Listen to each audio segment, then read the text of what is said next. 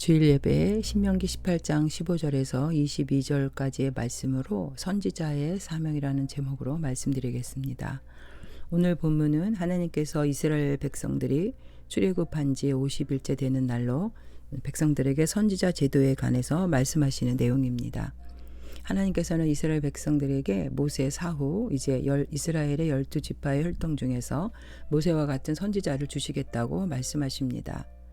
18절에서 15절, 18장 15절에서 18까지의 내용입니다. 15절에 내 하나님 여호와께서 너희 가운데 내 형제 중에서 너를 위하여 나와 같은 선지자 하나를 일으키시리니 너희는 그의 말을 들을지니라. 여기서 선지자라는 말은 바로 히브리어로 나비라고 해서 하나님의 말씀을 전하는 자입니다. 자기의 생각을 전하는 자가 아니라 오직 하나님이 주시는 그 말씀만을 그대로 전하는 자. 그래서 이사야 선지자나 에레미야 선지자는 여호와가 말씀하시되 여호와가 이르시되 이렇게 항상 백성들에게 말을 전했습니다.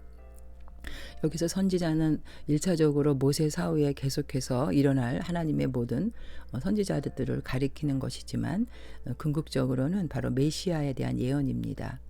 모세가 이스라엘의 선지자요 제사장이요 왕이었던 것처럼 우리 온 인류의 유일한 대제사장이시며 영원한 왕이시고 참 선지자는 바로 예수 그리스도입니다. 바로 예수 그리스도가 이제 이스라엘의 그 다윗의 혈통 중에서 나타나실 것을 본문에서 말씀하고 있는 것입니다. 그래서 사도행전 3장 20절에서 22절에 베드로는 백성들에게 설교를 할 때 이렇게 말했습니다. 또 주께서 너희를 위하여 예정하신 그리스도 곧 예수를 보내시리니 하나님이 영원 전부터 거룩하신 선지자들의 입을 통하여 말씀하신 바 만물을 회복하실 때까지는 하늘이 마땅히 그를 받아두리라. 모세가 말하되 주 하나님이 너희를 위하여 너희 형제 가운데서도 같은 선지자 하나를 세울 것이니 사도 베드로는 이렇게 예수님을 구약에서 말한 선지자라고 말씀하고 있습니다. 하나님께서 이스라엘 백성들에게 이 같은 선지자를 주신 이유는 바로 18장 16절에 그 이유가 있습니다. 이스라엘 백성들이 하나님의 음성을 듣는 것이 두렵고 죽을까 하나이다 라고 해서 바로 백성들이 요청했던 것이죠. 하나님께서는 이스라엘 백성들에게 이 선지자를 주신 이유가 하나님과 인간 사이의 중보자 모세와 같은 그런 선지자를 세우신 이유가 바로 백성들이 두려워하고 죄가 있기 때문에 죄가 없는 하나님 앞에 나오는 것이 그들에게는 죽을까 하나이다라고 그런 두려움이 있었기 때문에 주신 것입니다.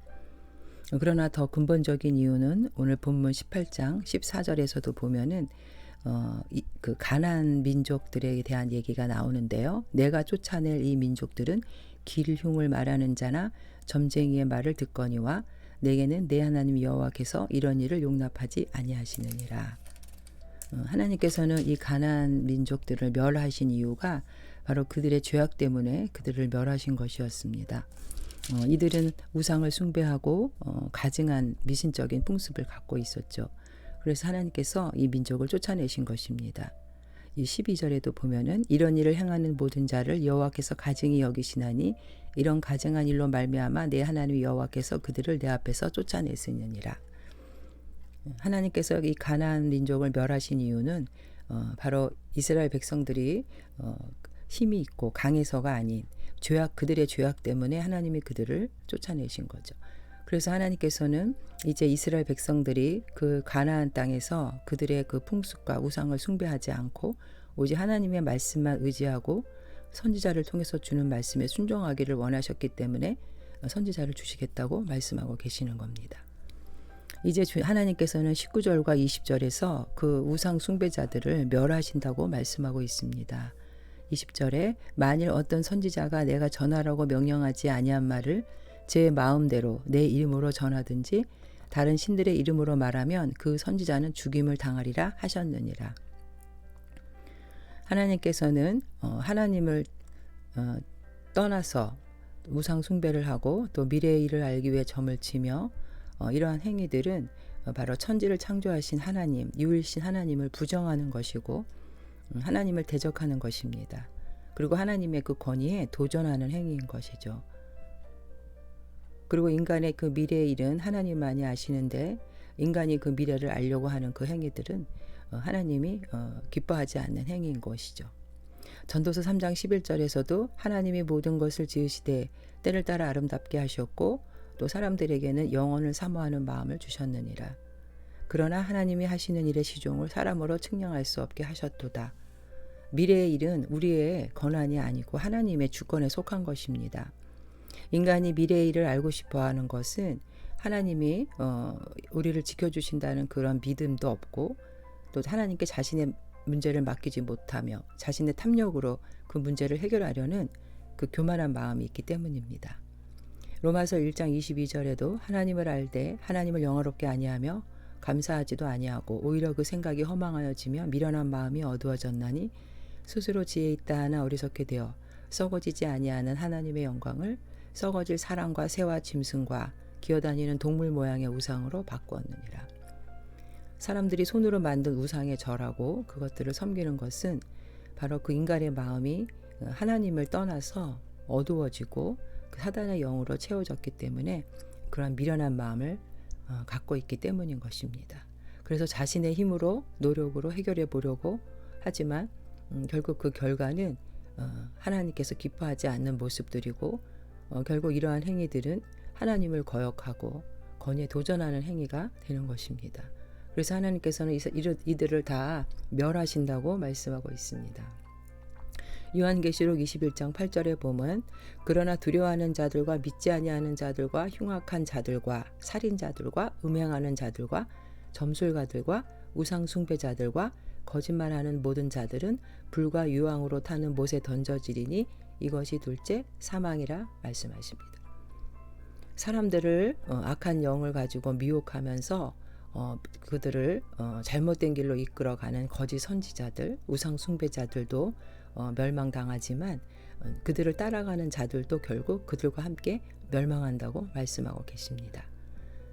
마태복음 24장 24절에도 예수님이 마지막 때에 거짓 그리스도와 거짓 선지자들이 일어나 큰 표적과 기사를 보여 할 수만 있으면 택하신 자들도 미혹하리라 이렇게 말씀하고 있습니다. 그래서 우리는 이 시대의 마지막 시대를 살아가면서 영적으로도 혼탁하고 거짓 선지자들이 나타나는 이때에 우리가 거짓 선지자와 참 선지자를 어떻게 구별해야 될 것인지를 우리는 깨달아야 됩니다. 본문의 21절 22절에 그 거짓 선지자와 참 선지자를 구별하는 것에 대해서 이렇게 말씀하고 계십니다.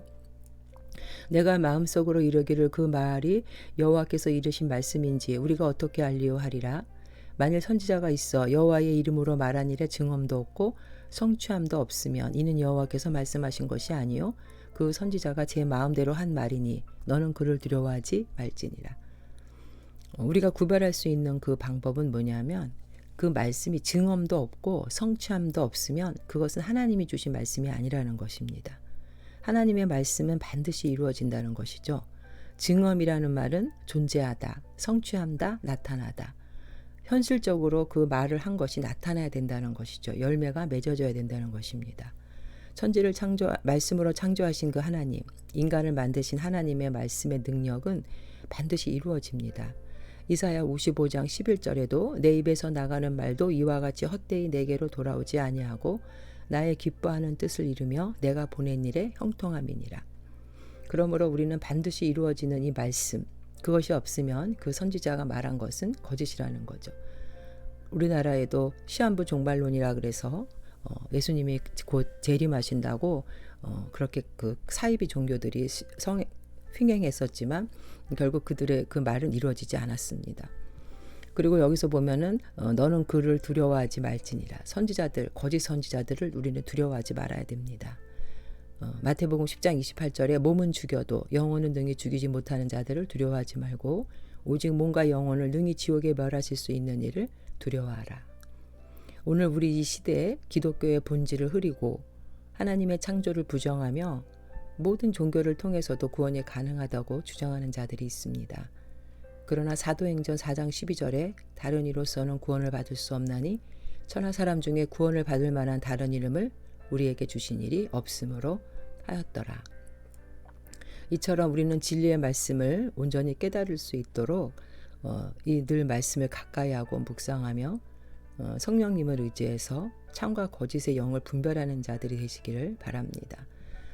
오늘 우리 시대의 진정한 선지자는 바로 성도들입니다. 성도는 우리 선지자로 바로 부름받은 받은 자들이기 때문에 사도행전 1장 8절에서도 보면 오직 성령이 너에게 임하시면 너희가 권능을 받고 예루살렘과 온 유대와 사마리아와 땅끝까지 이르러 내 증인이 되리라 하시니라. 우리에게 성령을 주시고 땅끝까지 이르러 복음을 전하는 자들이 되라고 예수님께서 말씀하셨습니다. 우리는 예수님이 십자가에 돌아가실 때 성전의 휘장이 찢어짐으로 인해서 우리가 주님의 그 십자가 대속의 은혜로 죄사함을 받았기 때문에 하나님 앞에 담대히 나가 예배를 드리러 나갈 수 있게 되었습니다. 우리에게 주신 계시는 단 한 가지면 우리는 족합니다. 그 계시는 우리의 죄 때문에 예수님이 십자가 고난을 당하셨고 또 그를 믿는 자에게는 영원한 천국과 부활의 소망이 있으며 이제 다시 심판해 주러 오시는 예수님의 재림을 기다리며 이 땅에 하나님의 나라를 이루고 확장하여 소망 없이 살아가는 자들에게 참 소망과 기쁨과 평안을 주는 자들로 살아가는 것이 바로 하나님이 우리에게 주신 그 계시의 내용을 실천하며 선지자의 사명을 감당하는 삶인 것입니다.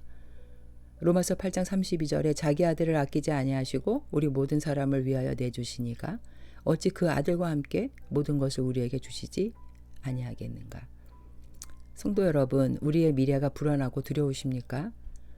주님께 온전히 우리의 삶을 맡기고 주님의 품 안에서 참된 안식과 평안을 누리시는 자들이 되시기를 주님의 이름으로 축원드립니다. 아멘.